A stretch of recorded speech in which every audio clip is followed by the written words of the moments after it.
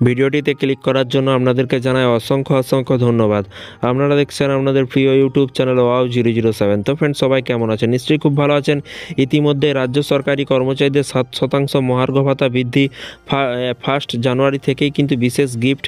কি আপডেট আছে চলুন বিস্তারিত জেনে নেওয়া যাক। সামনেই তো ডিএ মামলা শুনানি আছে, তার আগেই কিন্তু মাননীয় মুখ্যমন্ত্রী 1 জানুয়ারি থেকে কি ঘোষণা করলো, চলুন বিস্তারিত জেনে নেওয়া যাক আজকের এই আপডেটটি।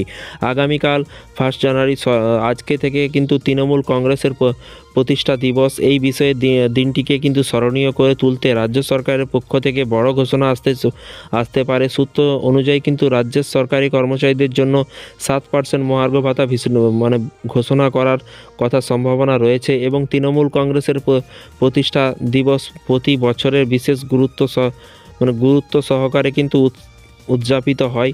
এর পাশাপাশি বলা হয়েছে, দেখতেই পাচ্ছেন, তবে এই বছর কর্মচারীদের জন্য এমন একটি গুরুত্বপূর্ণ সিদ্ধান্ত নেওয়া হলে তা সরকারের জনমুখী নীতির প্রতিফলন হিসেবে কিন্তু দেখা যাবে। রাজ্য সরকারের একাধিক কর্মী যারা তৃণমূল দল এবং মমতা বন্দ্যোপাধ্যায়ের উপর বিরাট শ্রদ্ধাশীল, তাদের কিন্তু বিশ্বাস প্রিয় দলের প্রতিষ্ঠান দিবস বড় উপহার পাবেন তারা। এখন দেখার আগামীকাল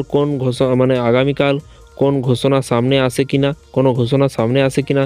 সরকারি কর্মচারীদের দীর্ঘদিনের দাবি ছিল মহার্ঘ ভাতা বৃদ্ধি। রাজ্যের বর্তমান আর্থিক পরিস্থিতি সত্ত্বেও এই পদক্ষেপ সরকারি কর্মচারীদের মধ্যে কিন্তু উৎসাহ জাগাবে এবং তৃণমূল কংগ্রেসের জন্ম 1998 সালে 1 জানুয়ারি মমতা বন্দ্যোপাধ্যায়ের নেতৃত্বে দলটি প্রতিষ্ঠিত হয়।